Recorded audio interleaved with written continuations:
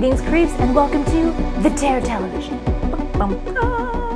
In case you missed it, last week's installment of Into the Void features the Scott Wampler interviewing the Trent Reznor from the 9 Inch Nails, celebrating Twin Peaks: The Return. The latest installment of Into the Void, live on the site this morning, speaks on what many of us, I think, are feeling right now. I know it certainly spoke to me.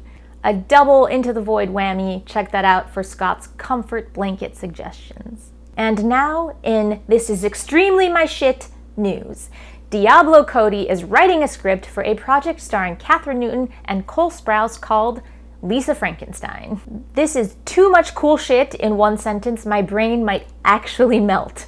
In this house, we stan Jennifer's body, and we sure as shit stan Jughead. Not a ton of details on this one yet. What we do know is currently on the site, and of course, stay tuned for more as the news trickles in. The 26th Fantasia Film Festival has announced its third and final wave, including Bodies, Bodies, Bodies and Dario Argento's Dark Glasses. Are these dark enough, or would these just be considered glasses? Regular kind. The festival will be screening over 130 features and over 200 shorts. Lots and lots and lots of great stuff coming out of Fantasia. That'll be taking place in Montreal, kicks off in mid-July and runs through early August. Speaking of film festivals, our friends over at Alter are joining forces with our Popcorn Frights friends to bring fans free horror movies in Miami Beach. That's right, the Alter Screening Room will be offering free festival screenings, so make sure you RSVP in advance. That is happening in August. We will see you in Florida. Fangoria is joining forces with MIDSUMMER SCREAM to bring you a very fun panel, Making Horror Fun Again. And holy moly, what a fun lineup. We've got Kevin Williamson, Michael Kennedy, Akilah Cooper, Brian Fuller, genre giants, live in the flesh, discussing fun horror. The Making Horror Fun Again panel takes place Sunday, July 31st at MIDSUMMER SCREAM in Long Beach, California. So I will see you in Montreal, Florida, and Long Beach. One, all, maybe, I don't know. No trailer or actual footage yet, but this week we got the briefest of peeks at the upcoming Salems Lot, due out in September in the form of a paperback novel cover, now a major motion picture. Salems Lot is one of those core memory kind of movies where the Mark, let me in, Mark. You know, that has stuck with me forever. It is just imprinted on my brain, as I'm sure it is for many of you. I have high hopes for this one, you know? I am a huge fan of the original film adaptation of Salem's Lot, but I'm really excited to see what they can do with this intended for theatrical release version. The two versions that we have were made for TV, which is fine, that's great. But I'm just curious to see when they unleash the hounds onto theaters, what they were able to do with that, because this is something that has chilled me to my core forever, so I'm excited to see this new version of it. No trailer for Salem's Lot just yet, but we did get some brand new trailers this week, starting with The Invitation, formerly titled The Bride. This one looks spooky as shit. I feel like it kind of gives up a lot in the trailer, I'm not really sure. We got some bloodletting, some vampire stuff happening, gothic horror vibes. I'm very excited for this one. And you know what else we got? 'Tis time! Almost. Hocus Pocus 2 trailer, finally here. We get a sneak peek at the new cast and a reveal of the Sanderson sisters returning to wreak havoc on the children of Salem. It is Friday, and you know what that means? It is the last drive-in tonight. And you know what? It is the last drive-in of the season. That's right, tonight is the finale of this season, but guess what? It's renewed for a new season, so they'll be back. No surprise, right? Hopefully we'll get a special or two in the interim while we're waiting for the new season. I know this is kind of like a ritualistic Friday night activity for many of us, so it's a little bit sad when it's on hiatus, but we've got the reruns, right? Anyhow, enjoy the Last Drive-In finale tonight. Get your Lone Stars and Bolos out.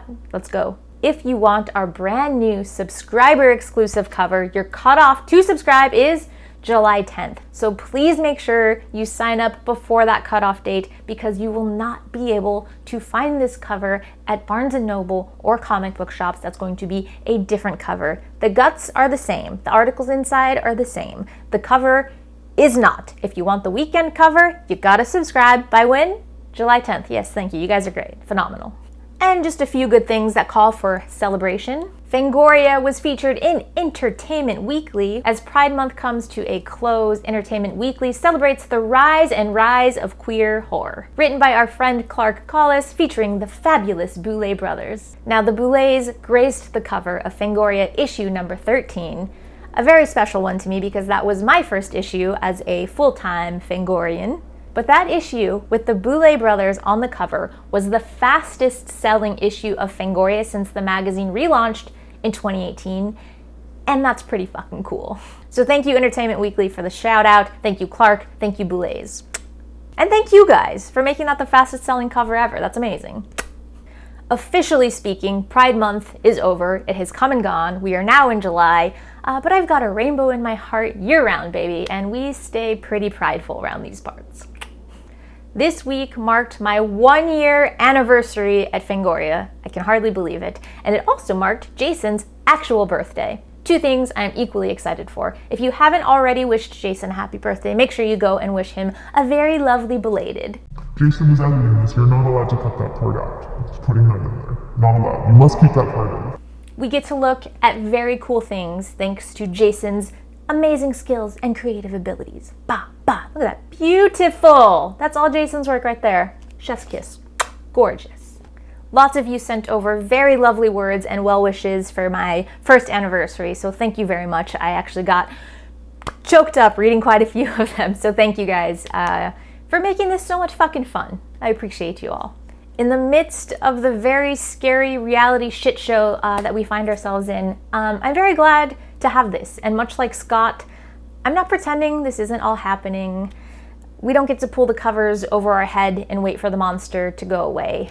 That's not how it works. It's not going to get bored. It's not going to just give up and go away. But I do think it's important to give ourselves little breaks and take a little breather here and there. We cannot consistently go at just 150 miles per hour nonstop. That's not gonna work. So when you do need those little breaks, we are here to share cool shit and stuff I'm excited to tell you about. From people who are all about creation rather than destruction, which I will celebrate every freaking chance I get. And hopefully that brings you some fun feel-goods for the little bouts here and there. But thank you all so much for making this a wonderful first year. You guys give me so much to look forward to and so much to celebrate, and you've all been quite kind to me, so thank you. I appreciate that.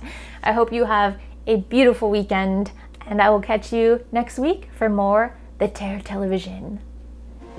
Pride year-round, baby.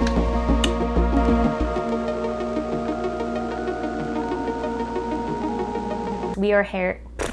Okay. We're hair.